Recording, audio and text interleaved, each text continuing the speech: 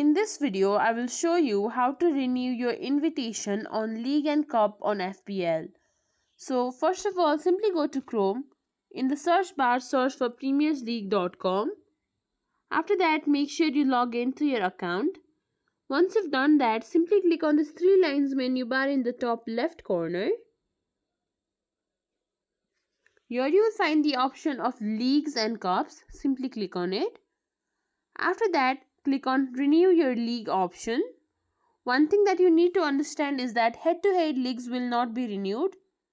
And if it's not head-to-head league, then simply click on Options button right next to your active mini league. Then select Administer. From there, check the box to Create League Cup. Then click on Upgrade League. After that, the league will be back on. And if you think this video is helpful, please like, share, subscribe to our channel, and thank you for watching.